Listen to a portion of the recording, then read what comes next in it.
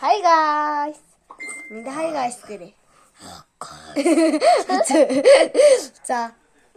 Олон хүмүүс миндэгээ танилцуулаарай гэж би одоо танилцуулах гэгтэй байсан байгаа. За тэгээд олон хүмүүс ер нь бол ингээд дүүгээ танилцуулаарай гэд тэгээдсэн болохоор одоо би танилцуулах шиг.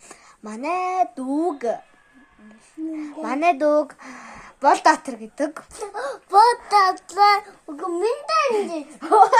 Бол Даатар гэдэг. Тэгээд манай доо 30 настай.